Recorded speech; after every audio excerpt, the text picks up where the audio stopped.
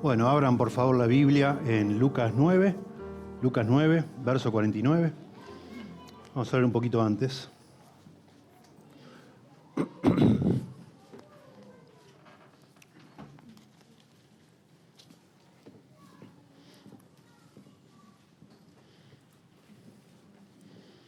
Vamos a ver solo dos versículos, 49 y 50, pero ¿qué tal si leemos Lucas 9 desde el verso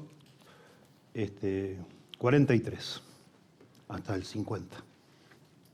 Y maravillándose, 43. Todos se admiraban de la grandeza de Dios. Lucas 9, 43. Y maravillándose todos de todas las cosas que hacía, dijo a sus discípulos: Haced que os penetren bien en los oídos estas palabras, porque acontecerá que el Hijo del Hombre será entregado en manos de hombres.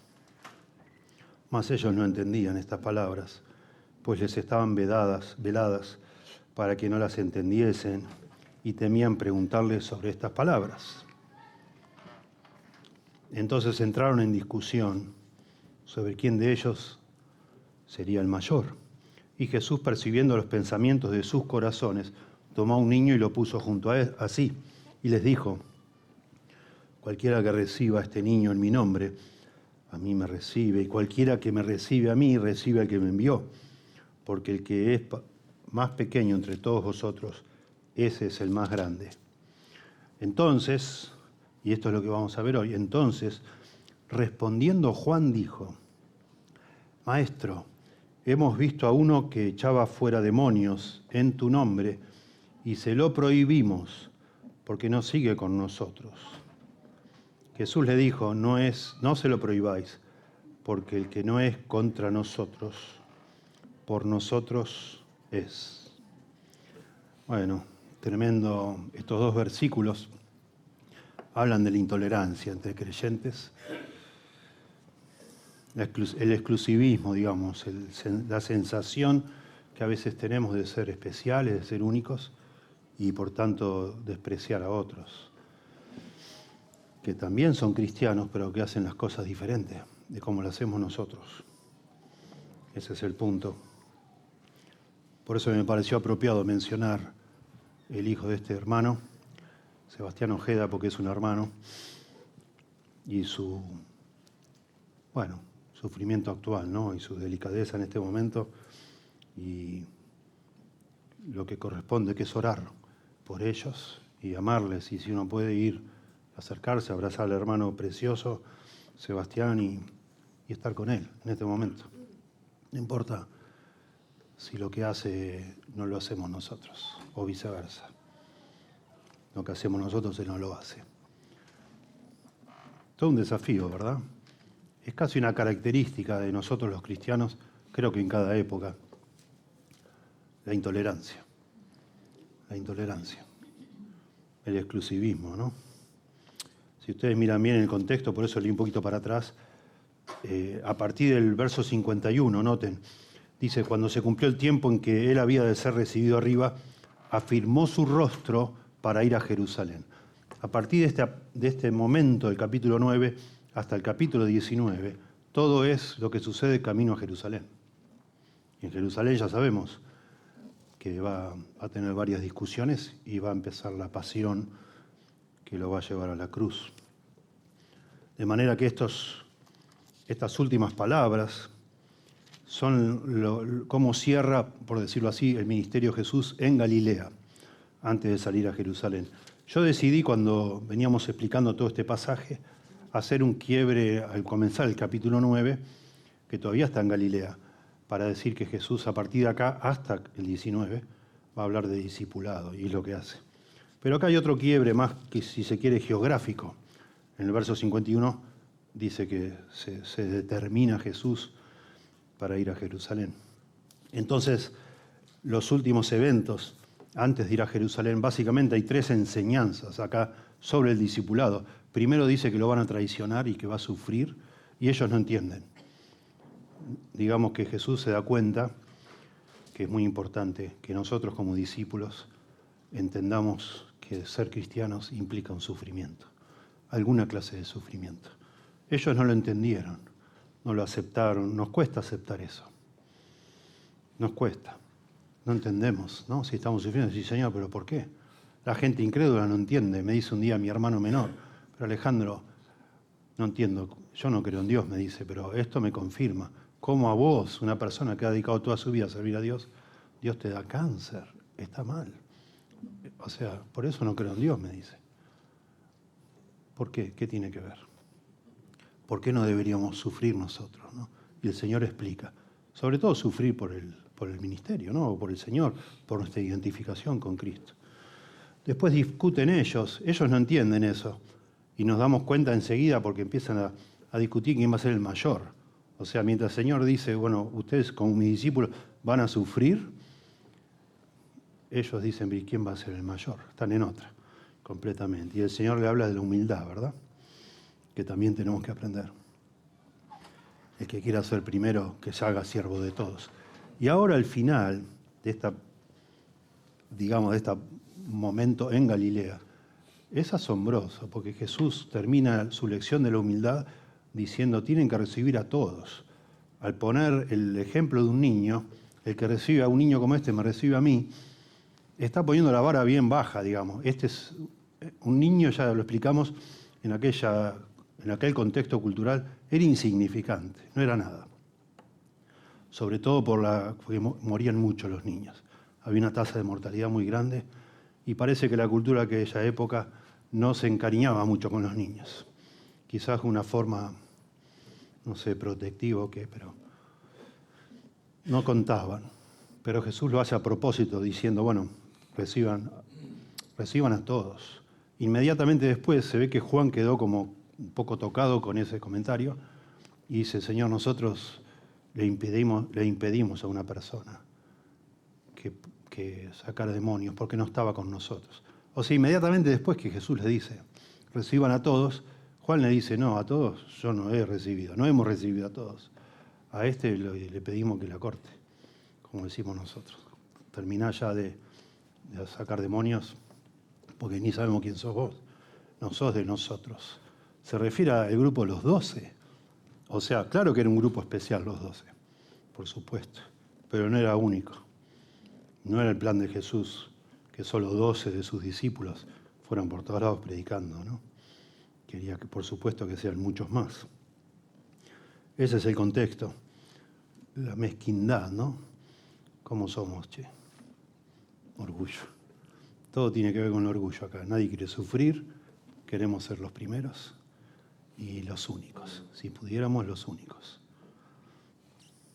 Bueno, y aquí analizamos entonces verso 49, de alguna manera lo interpolamos pensando en nosotros, los cristianos todos, los humanos todos y los cristianos también, tenemos una tendencia a la exclusividad, al sectarismo, digamos, ¿no? Dice, y Juan respondió.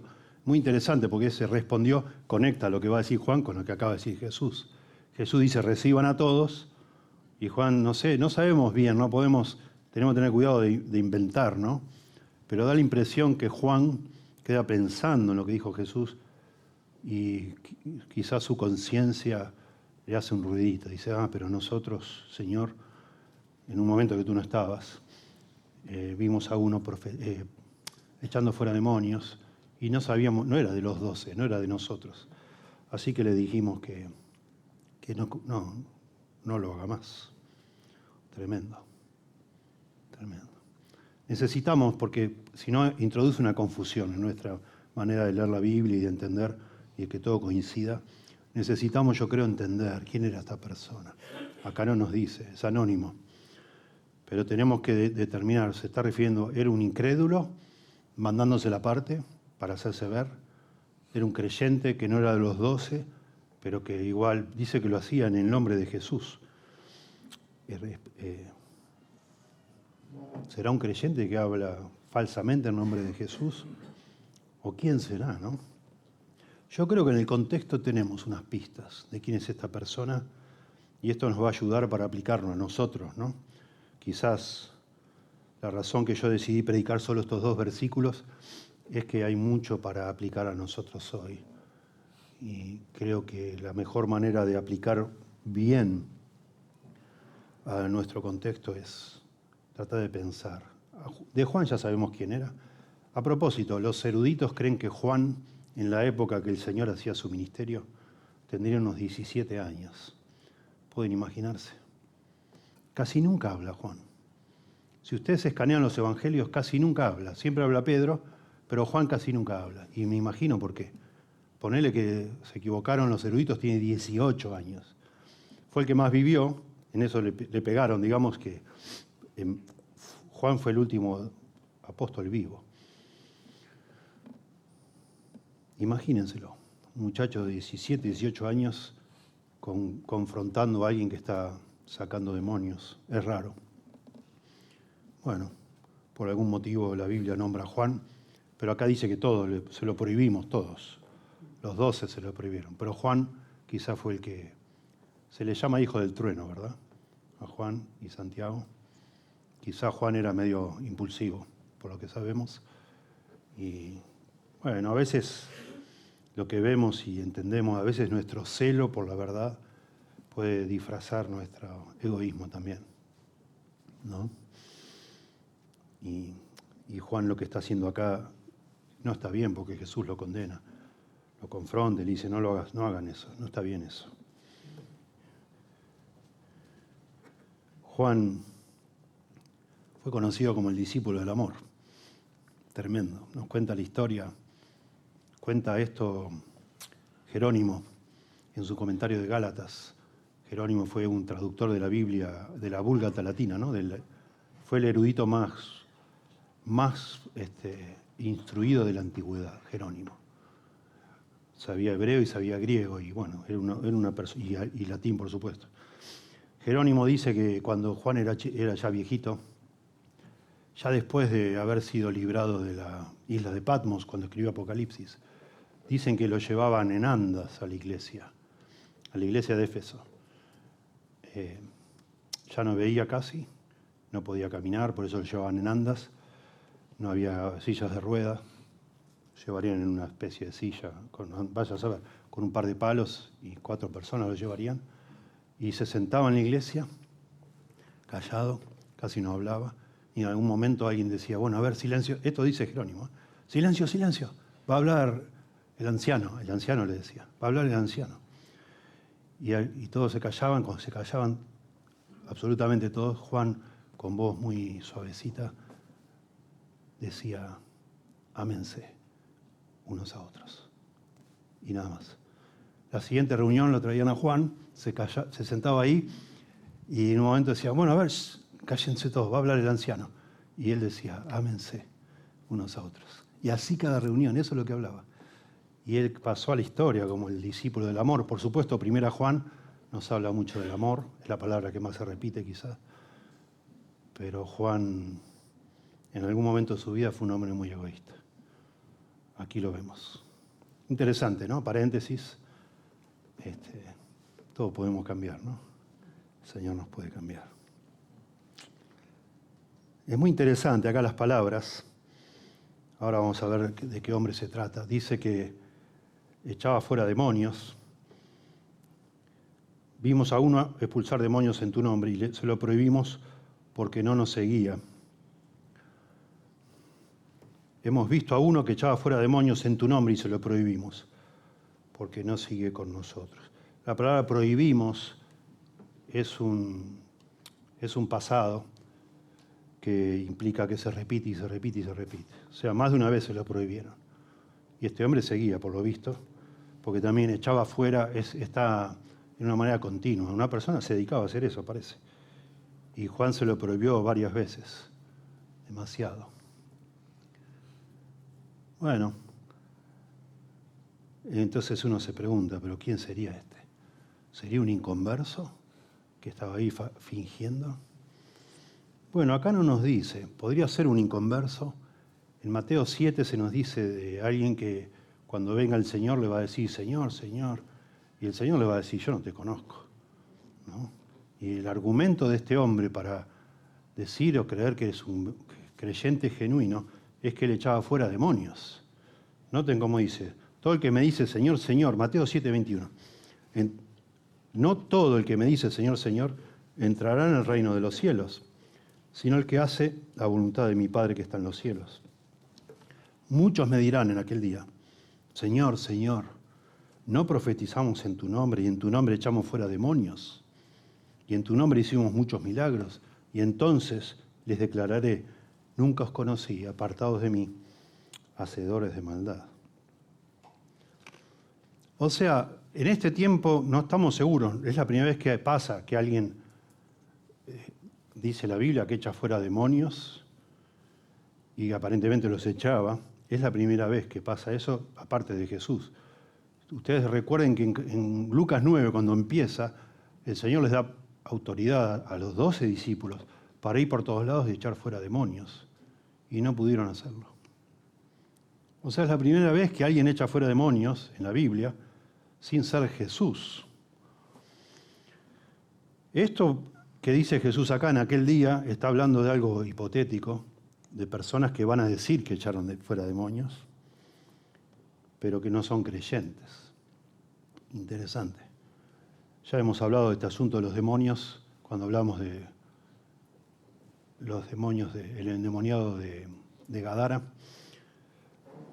Nosotros creemos, yo creo, convencido estoy de que en muchas iglesias donde hay alguien supuestamente echa fuera demonios, eso es algo falsificado por los mismos demonios para distraer del Evangelio. O sea, una persona que no está con Jesús está bajo la influencia de Satanás. Y Satanás lo puede usar para confundir.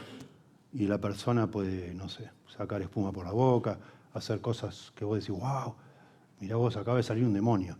Pero la Biblia dice que si sale un demonio de vos y no entra Jesús, vienen 7 demonios más. Y lo que llama mucho la atención es que después de semanas, esa misma persona le vuelve a salir un demonio. Pero entonces nunca entró Jesús. ¿Me siguen? Todo falsificado. No parece que fuera el caso acá, porque este hombre dice que echó fuera demonios o que echaba demonios. Parece que no fuera un inconverso. Noten ustedes en Hechos, capítulo 19, recién leímos lo que pasó con estos supuestos exorcistas judíos. Dice, pero algunos de los judíos, Hechos 19:13, exorcistas ambulantes, intentaron invocar el nombre del Señor Jesús sobre los que tenían espíritus malos, diciendo, os conjuro por Jesús, el que predica Pablo. Había 7 hijos de un tal Esceva, judío jefe de los sacerdotes, que hacían esto. Pero respondiendo el espíritu malo, dijo a este hombre supuesto exorcista, a Jesús conozco y sé quién es Pablo, pero vosotros quiénes sois. ¿Qué autoridad? Por más que nombres a Jesús como si fuera una fórmula mágica, si vos no sos un hijo de Dios, el demonio, ¿por qué te va a hacer caso? No tiene por qué temerte. Y el hombre en quien estaba el espíritu malo saltando sobre ellos y dominándolos pudo más que ellos, de tal manera que huyeron de aquella casa desnudos y heridos. Es decir, un no creyente difícilmente pueda sacar demonios de alguien. Aparte Jesús, digo, si fuera un no creyente, si fuera un apóstata, un hereje, ¿por qué Jesús diría, no se lo impidan, déjenlo en paz? No parece el caso. Sospechamos que es un creyente. ¿Y cómo Juan no lo conocía? Porque no solo Juan, nosotros tampoco, no estaba con nosotros, dice. Bueno, si seguimos leyendo acá mismo en Lucas, fíjense ustedes que cuando empieza el capítulo 10, después estamos terminando el capítulo 9, al comenzar el capítulo 10, el Señor menciona, dice Lucas 10, versículo 1, después de estas cosas designó el Señor también a otros 70, a quienes envió de 2 en 2 delante de él a toda ciudad y lugar donde él había de ir. Y les decía, a la verdad la mies es mucha, mas los obreros pocos, por tanto rogad al Señor de la mies que envíe obreros a su mies. Dice el versículo 2. El 10:17, volvieron los 70 con gozo, diciendo, Señor, aún los demonios se nos sujetan en tu nombre. Muy interesante, porque ya asumimos por esto que está inmediatamente después, que ya había un grupito ponerle de unos 100, 82 si querés, 70 más los 12, o no sé, 58 si querés, 58 más 12, 70, no sé, no sabemos. Pero es interesante que les da, en el capítulo 9, verso 1, les da autoridad a sacar demonios solo a los 12. Ahora le da autoridad a los 70 y ellos vuelven diciendo, wow, los demonios se nos sujetaban. O sea, el grupo que estaba con Jesús era más que solo 12. Había otros que lo seguían. Asumimos que es uno de estos otros, que no era Juan y los 12 no estaban familiarizados, quizás. Por eso Jesús le dice, no se lo impidáis. Si no está en contra nuestro, está con nosotros. Interesante, ¿no? O sea, son dos creyentes. Juan es un creyente, bueno, los apóstoles son creyentes, a veces dudosos, su manera de entender, confusos. Te das cuenta que a veces no entienden nada. Cuando Jesús dijo que iba a sufrir, Pedro le dice, no, Señor, que tal cosa no te acontezca. Y Jesús le dice, apártate de mí, Satanás. O sea, todavía no era que tenían tanta claridad, ¿no? Pero sí, por lo visto se sentían especiales, porque estaban con Jesús de una manera íntima y no quieren que otro se meta en eso. Es un creyente. De manera que esta dificultad que hay entre ellos o esta reacción un tanto celosa de Juan es injustificada, porque es un hermano en el Señor. Y así lo toma el Señor Jesús, ¿verdad? Y esto es nuestra tendencia. Somos así. ¿Seremos nosotros los únicos creyentes que hay en esta ciudad? No lo sabemos. Yo supongo que no, que debe haber otros. Y no sabemos quiénes son. Pero a lo mejor por no conocerlos, por no estar con nosotros, tenemos la tendencia a discriminarlos, digamos, a decir, bueno, tranquilo, cállate, vos no sabés nada, ¿verdad? Y ni hablar, estamos hablando de una ciudad pequeña, ni hablar si estuviéramos todos nosotros en una iglesia en una ciudad grande, ¿cuánta gente habrá que es cristiana? ¿Cuántos habrá, no? ¿Seríamos con ellos generosos? ¿Colaboraríamos con ellos a pesar de no saber quiénes son? Solo porque vemos que son creyentes. Leemos libros, yo leo muchos libros de gente que no está en nuestra página, digamos, en nuestra onda que hago. Y gente que no, a veces ni siquiera piensa como yo. Son herejes, hablo despectivamente, los denigro, los humillo. ¿Cómo hacemos? Interesante. Vi a un profesor mío hablar, estaba en una clase y todo el tiempo decía el libro de Sondervan. Sondervan es una editorial, son los dueños de Editorial Vida en español. Y hablaba del libro de Sondervan, que estaba equivocado. Y ya lo sabía yo por otro profesor que me había explicado, y lo tengo el libro y puedo ver el error. Y yo le digo, profesor, ¿por qué no menciona al autor? No lo voy a mencionar para honrar a mi profesor, ¿no? Y dice, no me gusta, dice, porque es un hermano. Por eso menciono la editorial. Yo hablé con él, ya le dije, no solo yo, un montón de eruditos expertos en hebreo, es una gramática de hebreo, que su interpretación no es correcta, que está confundiendo un montón de gente. Pero él no escuchó, pero no me gusta decir eso. Bueno, me habló, yo le pregunté, ¿no? Y me dijo, a mí me encanta, el hombre de la humildad, ¿no? Pero me dice, a mí me molesta, y me dio un ejemplo de a veces reuniones que hay de teólogos muy eruditos, y dice, yo suelo estar en esas reuniones y a veces pasa gente al frente y habla muy fuerte contra otros hermanos. A mí no me parece que deberíamos hacer eso, aunque no estamos de acuerdo, ¿no? Creo que no, que debemos tener cuidado de... Él me dijo así, no me gusta hablar de manera rimbombante. En inglés es bombastic. No va eso entre hermanos, no tenemos que hablar así. Y creo que es una aplicación de esto. El hombre no es un hereje, no es alguien que hay que expulsar de la iglesia porque está, no sé, viviendo de una manera desordenada o es un farsante. Solo es una diferencia de gramática que cierta inflexión del hebreo se interpreta de una manera distinta de lo que creen otros profesores. Eso es todo. Tremendo.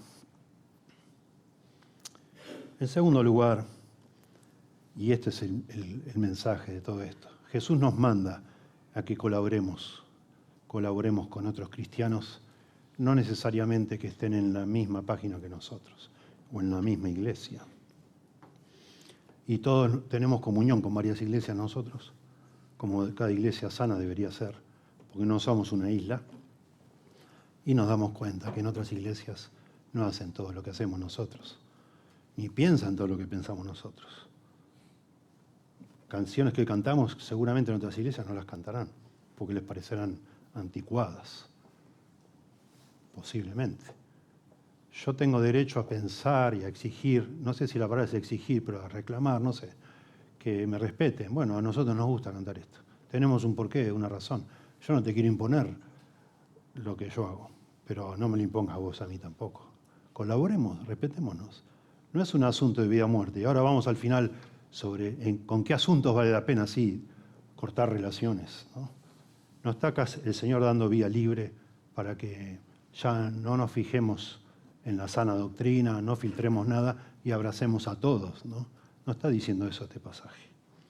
Acá está señalando algo que es producto de nuestro orgullo, porque ya sabemos, viene en un contexto donde, por lo visto, estos hermanos, los apóstoles, en este particular momento de su vida, no estaban muy en sintonía con Dios. Estaban deseando ser el más importante. Quizá por eso en el capítulo 9, verso 1, no pudieron echar demonios. No sé, Dios les dio el poder, el Señor les dio el poder, Jesús. Pero esos no tenían poder. Estaban en otra onda.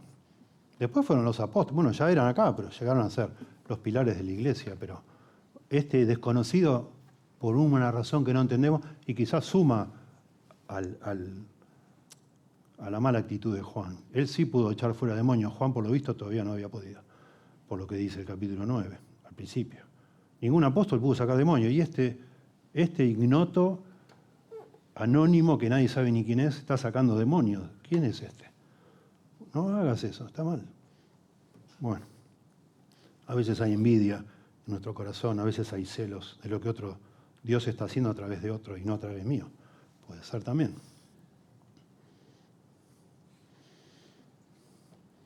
Este es un hombre que es miembro, digámoslo así, aunque todavía no está bien definido hasta después de Hechos 2, es miembro de la iglesia. Juan es miembro de la iglesia, este hombre también, pero Juan no lo quiere, no quiere que sea parte, digamos. Es el otro, es otro, afuera. No te conozco. No lo prohibáis, dice el Señor Jesús, no lo prohibáis.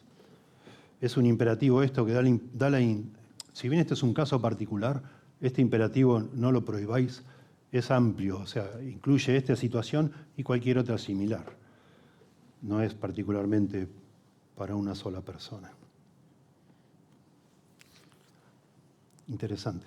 No sé si en este momento vos que estás escuchando podés pensar de esa actitud. A lo mejor no podés ni siquiera identificar un día en tu vida donde fuiste así con esa actitud con otros. Pero suele pasar.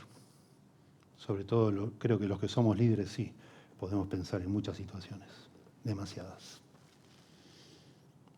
Hay un relato casi igual en el Antiguo Testamento que nos muestra al final que este es un tema universal. No solo el malvado Juan, digamos. Es algo en el corazón humano, ¿no?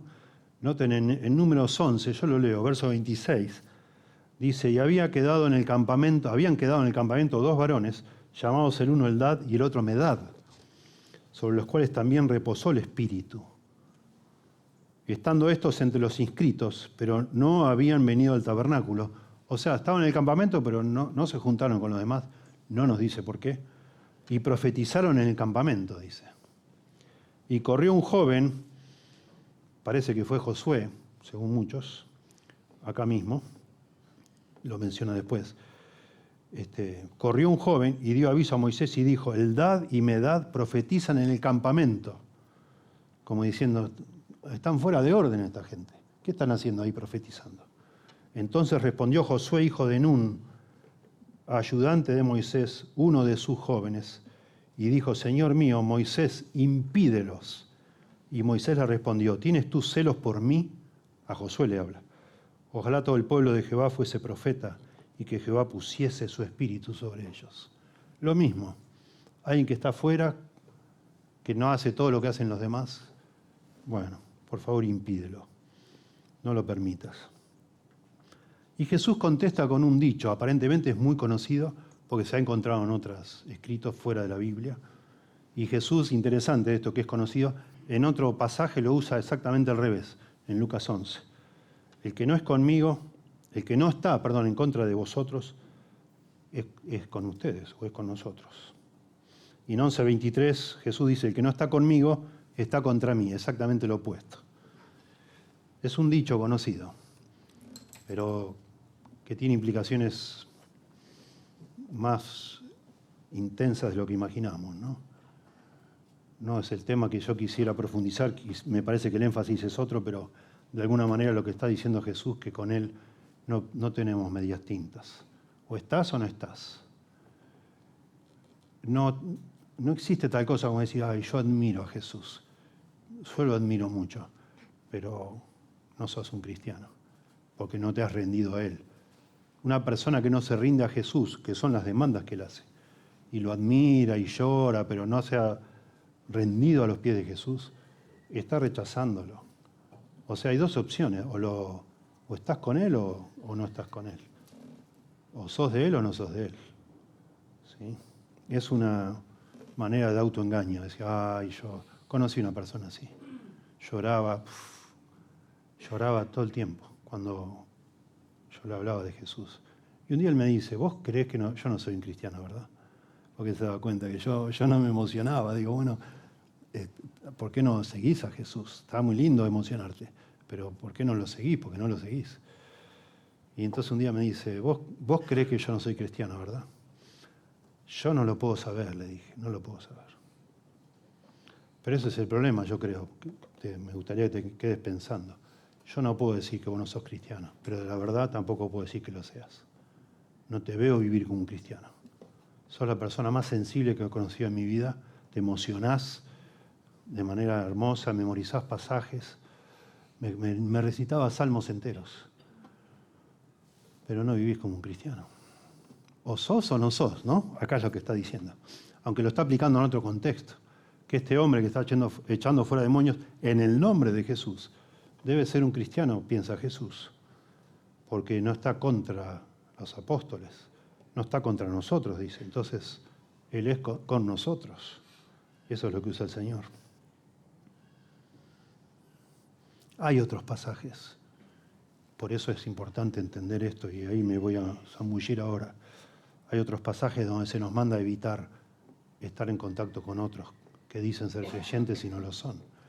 Judas dice que aún deberíamos tener cuidado hasta de la ropa que usaron esas personas, de no juntarnos, de tener miedo de ser influenciados por esas personas, de separarnos. Judas comienza diciendo, el verso 3 de su libro, que contendáis ardientemente por la fe una vez dada a los santos. Hay personas con las cuales debemos luchar, contra ellos. En el mejor de los casos, separarnos, ignorarlos porque nos pueden afectar. Pero claro, ahí se introduce el concepto de que no todos son cristianos, que en la iglesia hay trigo y hay cizaña, y la cizaña está puesta para hacer de tropiezo. Y la sabiduría que tenemos que ejercitar nos debe informar para que no nos involucremos en ciertas conversaciones y con ciertas personas, aunque están dentro de la iglesia. Porque nosotros no tenemos la potestad, digo nosotros los ancianos, para sacar o poner gente dentro de una iglesia. Tenemos que ejercitar cierto discernimiento. Ahí vamos a todo eso. El Señor vino a este mundo, en 3 años hizo demasiado. Hizo todo lo que tenía que hacer y comenzó la iglesia. Y por supuesto, su visión, la cual nos transmitió, es tratar de alcanzar el mundo. Para eso asumimos que cuanto más personas estemos en el servicio de Dios, mejor. Nunca fue la intención del Señor decir, bueno, vos no, vos no, vos no, vos no, por esto, por lo otro, por no. Al contrario, inmediatamente después de lo que leímos, o ahí mismo yo lo leí, capítulo 10, verso 2, y les decía, la mies a la verdad es mucha, mas los obreros pocos. Por tanto, rogad al Señor de la mies que envíe obreros a su mies. El Señor quería, cuanto más personas sirvan, mejor. Ese debería ser nuestro espíritu también. Cuanto más personas sirvan al Señor, mucho mejor. De manera que en vez de rivalidad entre nosotros, digo, creyentes de otras iglesias, de otros grupos, tendría que haber cooperación, aceptación, aprecio. Están haciendo la obra de Dios, aunque no como nosotros. Bueno, pero la están haciendo. Tenemos una instancia llamada el Tribunal de Cristo, donde Dios va a evaluar, cada uno dice, va a dar cuenta a Dios de sí. Ese es el momento en que Dios, Él determinará las motivaciones de cada corazón. Nosotros no sabemos. No sabemos. Es muy fácil disfrazar de piedad algo que probablemente surge de nuestro orgullo, ¿verdad? Bueno, pensemos en aplicaciones, ¿verdad? Yo he estado escaneando muchos autores, viendo cómo ellos piensan. En primer lugar, una aplicación para mí, muy ajustada a este pasaje, es tratar de no rivalizar con otros hermanos, sino, si es posible, colaborar, si es posible. La cooperación, digamos así, debería reemplazar la rivalidad. Yo por lo menos lo hago, tendríamos que desconfiar de nuestro corazón. Nuestro corazón, dice Jeremías, es engañoso más que todas las cosas. ¿Quién lo conocerá? Tu corazón te puede engañar, el mío también, ¿verdad?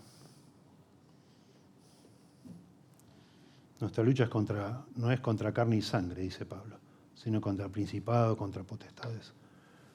De alguna manera pelear entre nosotros es confundir quién es nuestro enemigo. Un hermano, un hijo de Dios, un cristiano, nunca puede ser tu enemigo ni mi enemigo. Si estoy haciendo algo así, estoy errando. La única justificación para yo pelear con otra persona es estar seguro que es un hereje, que es una persona que está confundiendo a otros. Y dice Pablo, que le dijo a Tito que a algunos es necesario taparles la boca. Por supuesto está hablando a falsos maestros, falsos profetas. No es el caso de este hombre. Y no es el caso de un montón de conocidos nuestros. No son falsos maestros. Pueden no tener la misma convicción, pueden estar todavía creciendo en sus convicciones, refinando su teología. Pero por el momento, si no tenemos evidencia de que son herejes, no deberíamos destruirlos verbalmente, digamos, ¿no? Rivalizar con ellos. Esto se aplica, según un escritor que vivió hace 200 años, muy interesante, J.C. Ryle. Él dice que todo esto al día de hoy se aplica especialmente en la relación entre denominaciones. Nosotros somos bautistas acá, hay otro tipo de bautistas, hay varios tipos de bautistas, hay hermanos libres, hay presbiterianos, hay pentecostales, metodistas, etcétera, etcétera, etcétera. De alguna manera esto que habla Jesús sobre la actitud de Juan se aplica ahí mucho a nuestra relación con otras denominaciones, con personas que están en otro grupo. Acá hay personas que han venido de otros grupos. Yo me convertí, Dios me convirtió en una iglesia de hermanos libres. Son distintas a los bautistas. Tenemos que aplicar eso. ¿Son incrédulos ellos y creyentes nosotros? No, nada que ver, claro que no. Nunca hubiera llegado a conocer a Cristo en esa iglesia si no fuera que ellos también predican el Evangelio y conocen el Evangelio, ¿verdad? Y lo mismo ustedes podrán pensar. Claro que sí. Hay iglesias donde bautizan de nuevo una persona si no se bautizó en esa iglesia, en esa denominación. Bueno, cuidado con eso. El bautismo es un testimonio de que vos has venido a conocer a Cristo. Y puede ser que te des cuenta, y a veces pasa, y lo hemos visto acá, que en realidad no eras creyente antes. Bueno, te bautizamos, encantados. Pero también puede ser que algunos que están acá, que los veo, que han querido bautizarse otra vez, hemos hablado y tratado de ayudarlos, y decidimos que no era necesario. Porque en el momento que vos te convertís, no sabés todas las cosas. Después vas aprendiendo, vas entendiendo, y decís, wow, y te querés bautizar de nuevo porque decís, ahora entiendo. Bueno, cuidado. Si entendiste el Evangelio, si te arrepentiste de tus pecados y confiaste en Cristo como tu único Salvador suficiente, bueno, ¿por qué bautizarte otra vez? Es parte de tu crecimiento, ¿no? Todos los que nos bautizamos, cuando nos bautizamos, generalmente éramos bebitos en Cristo. No entendíamos tanto, ¿verdad? Como nuestros hijitos. Nosotros, digamos, como habla Jesús, tomamos a Cristo y lo comimos sin saber nada de nutrición, digamos así, que sería la teología, ¿verdad? Bueno, ahí vamos. Hizo un escritor muy lindo, William Hendrickson. Aún hoy en día, el espíritu del exclusivismo mezquino a veces se confunde con lealtad a la iglesia o denominación de uno. Hay gente que dice, nuestra denominación es la manifestación más pura del cuerpo de Cristo en la tierra. Mientras estamos en esta tierra pecaminosa, un terreno donde la hipocresía en los altos lugares frecuentemente corrompe no solamente la vida política, sino aún la eclesiástica, ¿no sería mejor dejar tales juicios a Dios? Yo no sé si esta es la mejor iglesia que hay. Seguramente no, pero tampoco sé cuál es la mejor. Y la verdad, esa discusión es media tonta. Es solo para alimentar el ego o el orgullo nuestro. No sirve. No seamos más restrictivos que Moisés, dice William Hendrickson. No seamos menos comprensivos que Pablo. Y pone entre paréntesis Filipenses 1. Pablo dice que hay personas que andaban por Filipos, vaya a saber por dónde más, predicando el Evangelio por contención, para competir con Pablo. Y Pablo dice, qué bueno, me alegro porque el Evangelio está siendo predicado. Qué lindo. Linda actitud. Sigamos la enseñanza de Jesús y al mismo tiempo que mantenemos lo que consideramos la pureza de doctrina, tendamos la mano de hermandad a todos los que aman al Señor Jesucristo y edifiquemos sobre el fundamento firme de su palabra infalible. Haciendo esto, oremos para que seamos instrumentos en conducir a otros al camino de salvación, para la gloria de Dios. Me encantó. Tenemos que ser sabios. No, nadie nos mandó, a mí nadie me mandó, y no lo voy a hacer, a defender a los bautistas.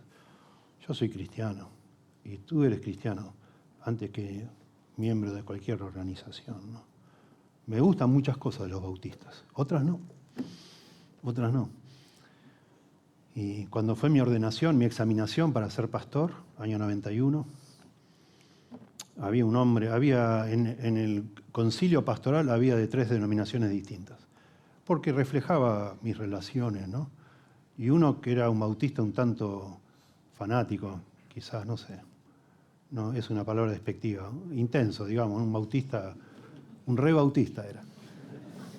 Y me pregunta ahí, en un momento duró 5 horas mi examinación. En un momento, en la parte práctica, me dice, Alejandro, ¿vos harías un campamento con jóvenes bautistas y hermanos libres? Le digo, sí, sinceramente sí. Se puso mal el hombre. Y dice, pero acá, ¿cómo puede ser? Estamos acá para ordenar un pastor bautista y este hombre no tiene claro quiénes son los bautistas. Y me empezó con eso. ¿Quiénes eran los bautistas? Bueno, gracias a Dios había estudiado. Y me encanta. Y hablé de los 8 distintivos de los bautistas, la membresía regenerada, la conciencia, la libertad de conciencia, etcétera, etcétera. Son las cosas por las cuales son, digamos, hitos en la historia del cristianismo. Los bautistas han sido notables en muchos aspectos. Pero haría un campamento, claro que sí, con jóvenes de una iglesia, hermanos libres. ¿Por qué no? Claro que sí. Son aplicaciones, ¿no? Implicaciones de este pasaje. Por supuesto que sí. Si mudara a otra ciudad, y ustedes a veces se mudan, algunos de nosotros se mudan, y no hay una iglesia bautista como la gente, y es raro que haya, se ha desviado mucho la denominación bautista como tal.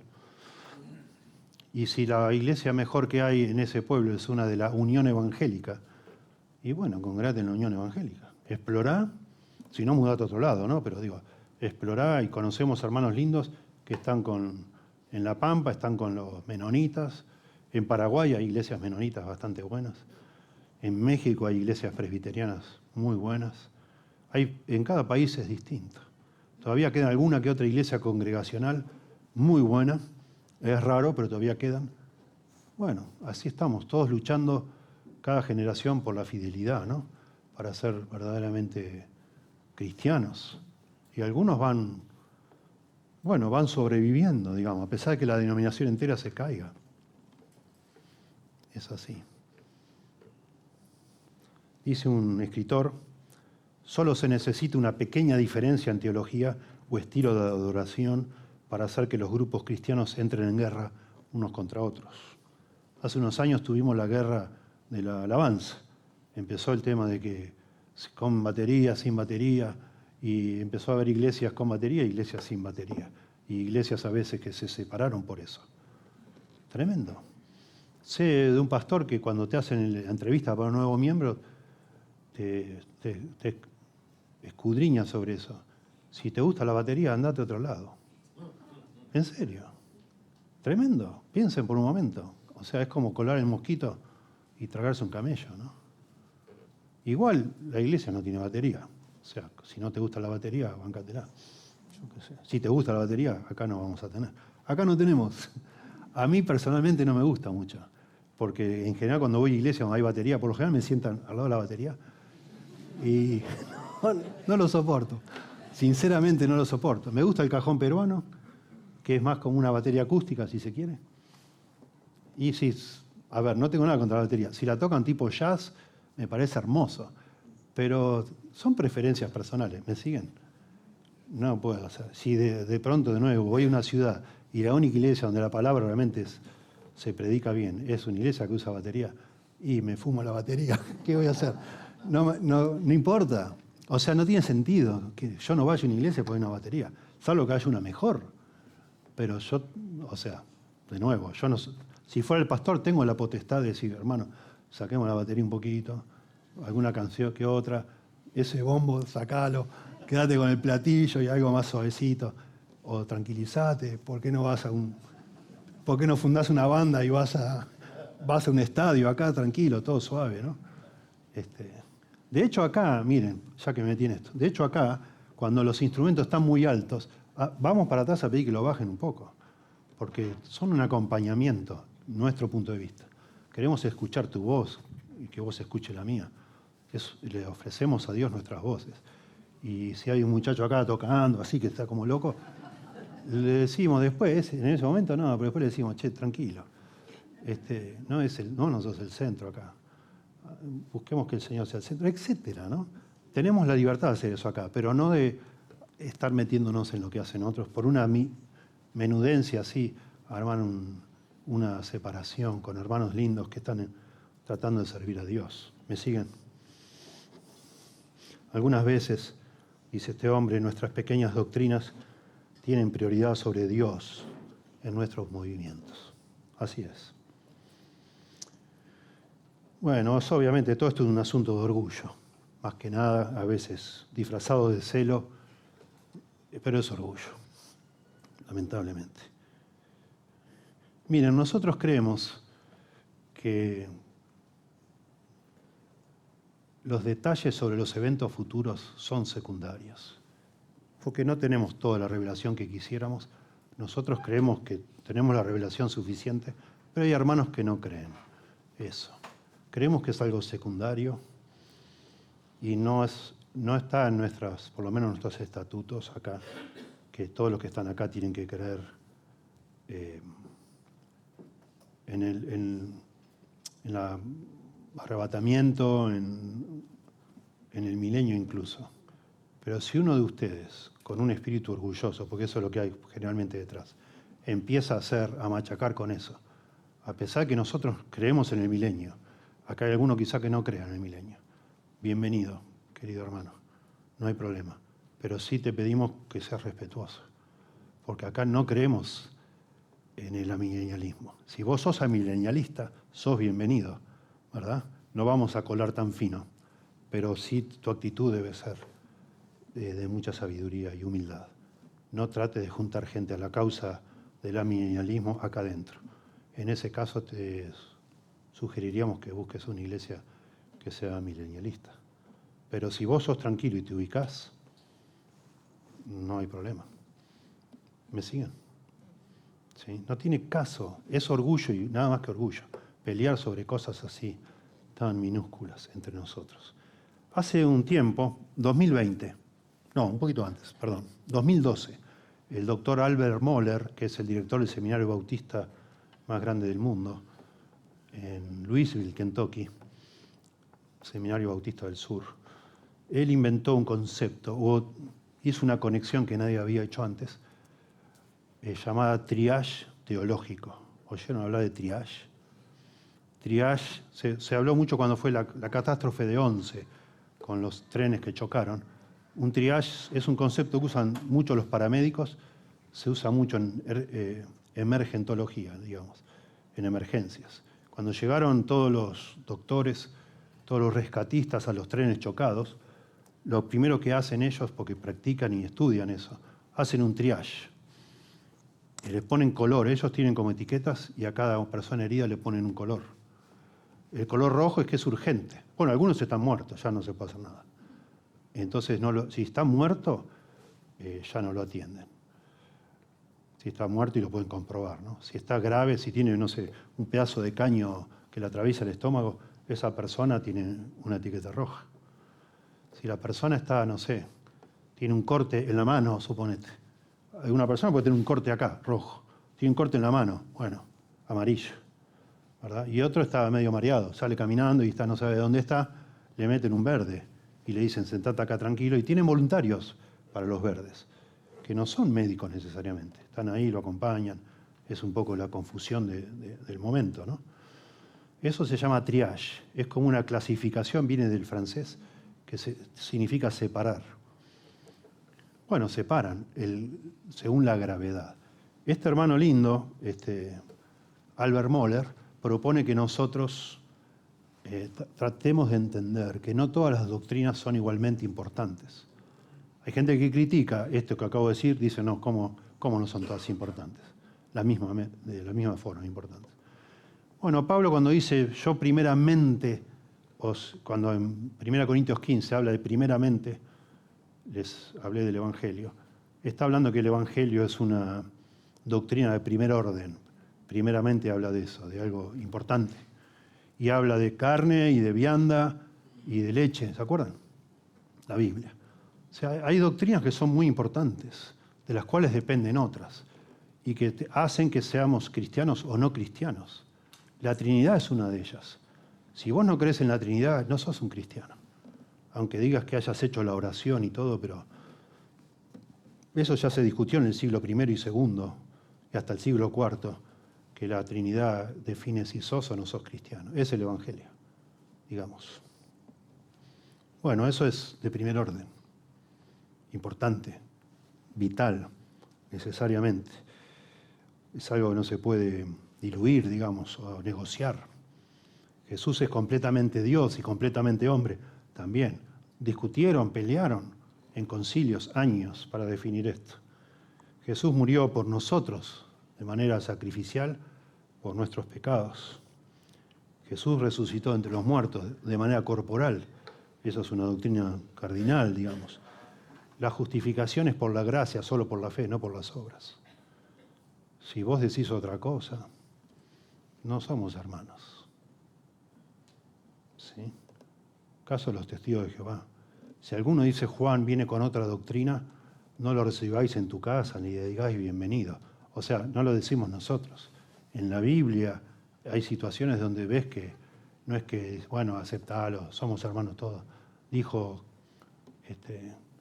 no sé, mencionó a Dios, debe ser un creyente porque dijo Dios.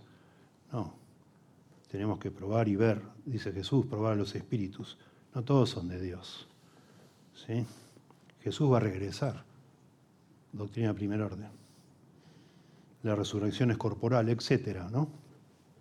Son doctrinas de primer orden. Hay doctrinas, digamos así, amarillas, usando el código de segundo nivel.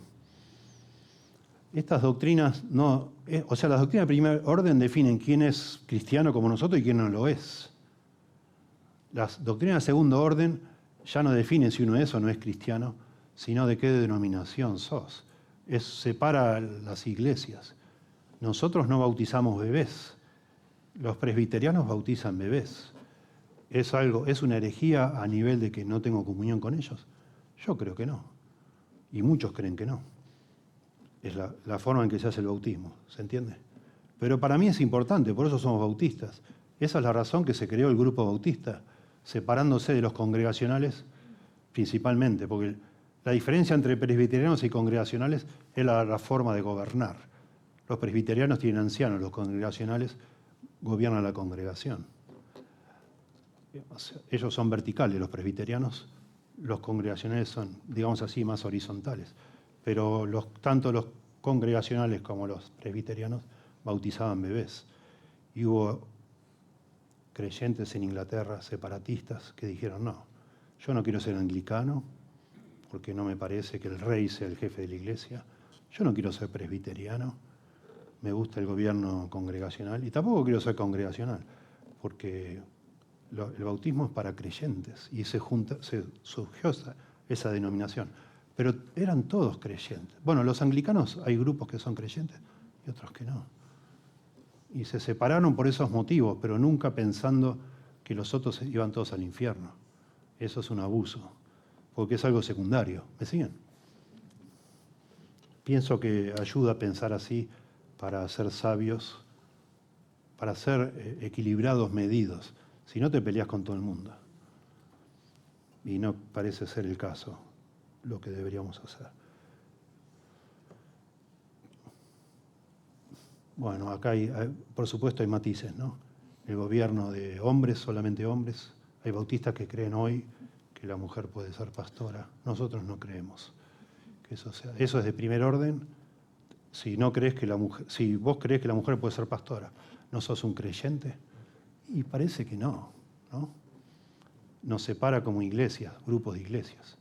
Quizás yo decida no tener comunión con esas iglesias, no sé.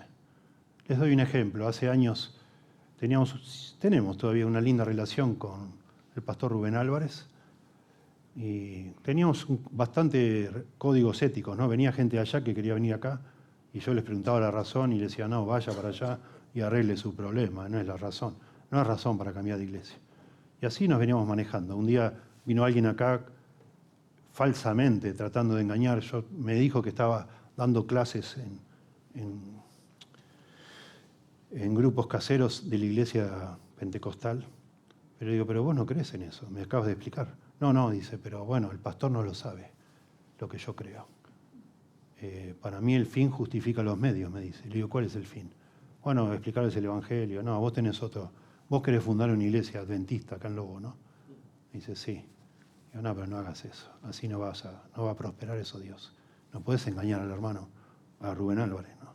Bueno, me pareció que no le iba a decir nada. Lo llamé a Rubén y le dije, Rubén, mira, acabo de tener una conversación con un hombre tal y tal, se llama así. Me dijo que está yendo. ¿Vos le das? Sí, yo le doy. Él estaba enseñando.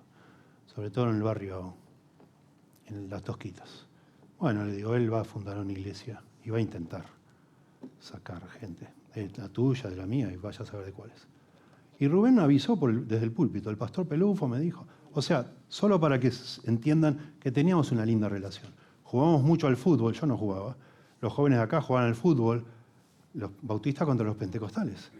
Todo bien, hasta que un día, porque teníamos culto a la tarde los dos, viene un grupo de personas y me dice, pastor, qué lindo la relación que usted tiene con Rubén. Le digo, bueno, qué lindo.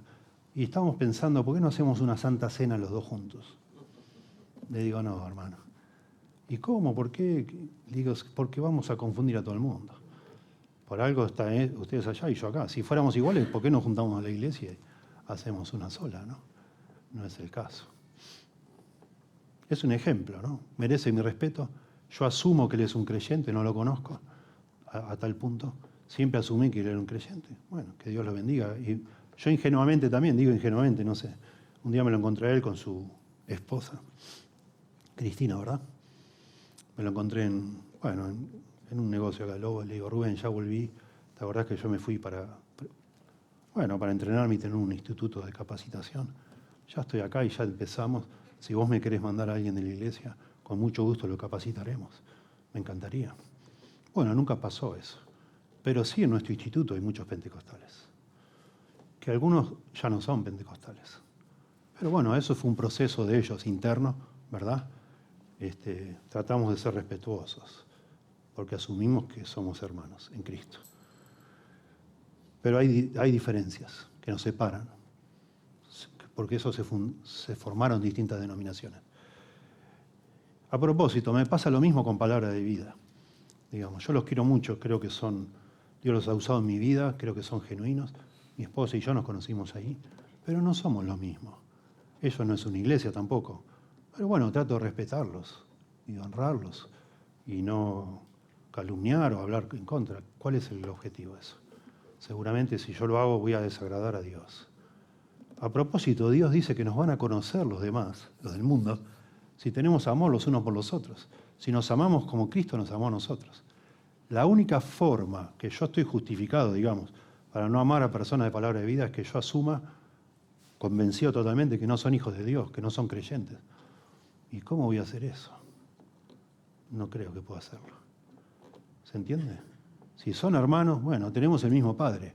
Y yo tengo que amar a mi hermano, porque pelearnos entre hermanos va a traer dolor a nuestro Padre, creo yo. Aunque cada uno sigue por su camino. No tengo las mismas convicciones que ellos.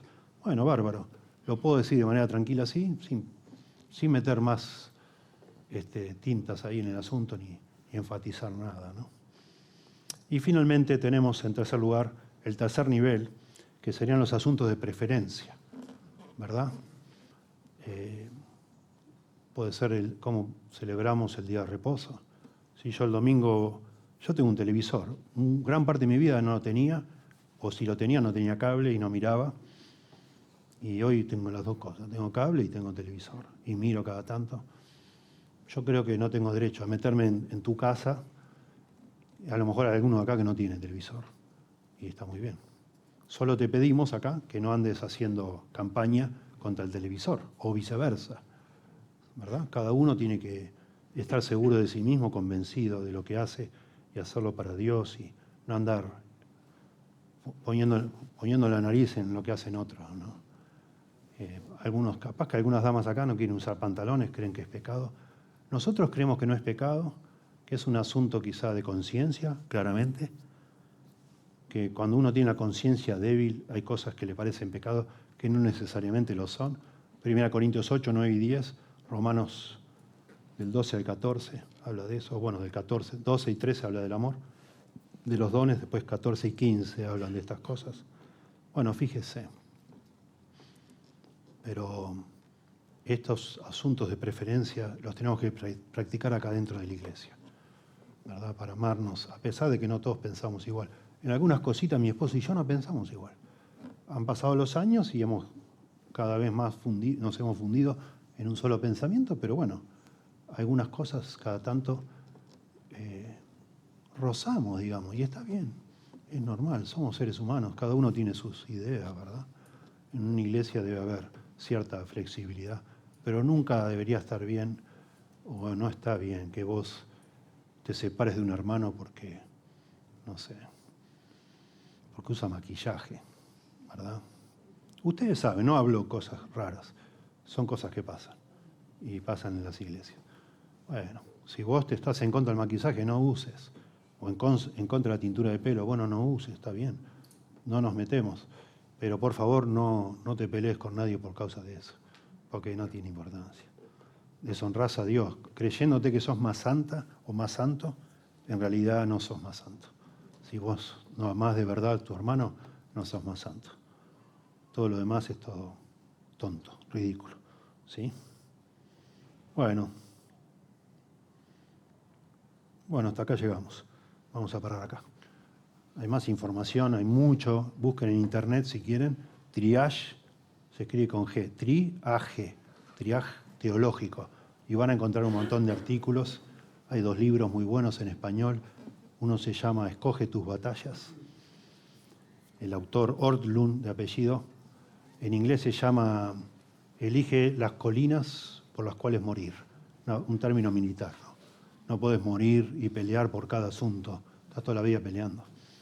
No haces nada para el Señor. ¿verdad? Y el otro se llama, déjeme ver, muy lindo el otro, es un poco más, el otro libro es un poco más estricto, si se quiere, se llama Cuando la doctrina divide al pueblo de Dios. El hombre se llama Putnam, el escritor. Bueno, que el Señor nos ayude, hermanos, a ser equilibrados y, bueno, a ser humildes. Detrás de esta tolerancia que promueve el Señor Jesús, si no hay humildad no va a haber tolerancia. No somos los únicos. Si le puedo dar un consejo, si usted es muy peleador, todos nos damos cuenta, ¿no?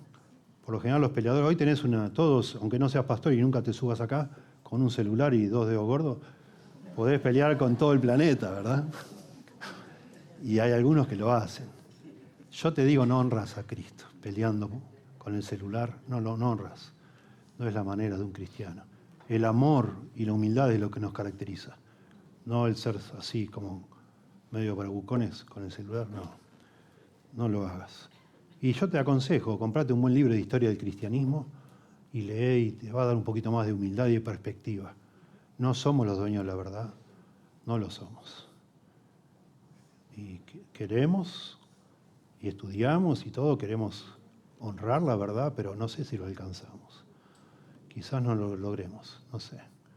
Y cuando de pronto somos fuertes en el evangelismo, a lo mejor somos débiles en otros aspectos, y después revisamos y digo, bueno, vamos con los matrimonios, tenemos que reforzar los matrimonios, y tenemos un ministerio brutal de matrimonios, y de pronto descuidamos otros. No sé, nunca, si vos analizás, nunca es perfecta la iglesia. Y somos conscientes. Y bueno, está bien que así sea, porque no, con esas nos quebranta, a mí me quebranta ver que hay cosas que no hago bien. Bueno, y me da humildad, que la necesito como el oro, ¿verdad? ¿Y qué va a hacer? Y está bien. No es que no nos importa, te digo de verdad que tratamos de mejorar en cosas que no hacemos bien, pero bueno, todo lleva tiempo. Y cada uno tiene sus dones, yo tengo los míos, otro tiene otros, y hacemos lo posible por hacer mejor. Y tampoco, cuidado, en el amor de la comprensión, la tolerancia, dejamos pasar un montón de cosas que son problemáticas y son dañinas. Estamos acá para defender el rebaño, ¿verdad? Y hay cosas que no se puede permitir. A veces es el ego de uno que quiere ser el más bueno que Dios, ¿no? Todo está bien. No está todo bien. Hay cosas que están mal, ¿verdad? Y hay que hacer, porque vamos a dar cuenta de eso. Pero no lo hacemos de manera perfecta. Claro que no, obviamente. Bueno, hasta aquí, hermanos. Señor, gracias te damos por tu palabra. Gracias, Señor, por que ella nos guía. Y a veces, como en este caso hoy, Señor, nos interpela porque no nos damos cuenta que no estamos manteniendo un equilibrio necesariamente, y te pedimos que nos ayudes, que nos des mucha sabiduría, también coraje, Señor, que nos des coraje, sabiduría y prudencia también, Dios, para elegir nuestras batallas y tolerar otras, Señor. Que tú nos ayudes, por favor. Danos la sabiduría y la humildad que requiere ser equilibrado y realmente estar sumando en tu propósito de que todo el mundo escuche tu palabra, de edificar un reino. Ayúdanos, Señor, a lidiar con nuestro pecado, que a veces nos aconseja mal. Ayúdanos, Señor, a crecer en tolerancia, en amor, pero también en precisión en cuanto a lo que debe ser defendido a muerte y lo que no es necesario, Dios. Ayúdanos, por favor, te ruego. En el nombre de Jesús. Amén.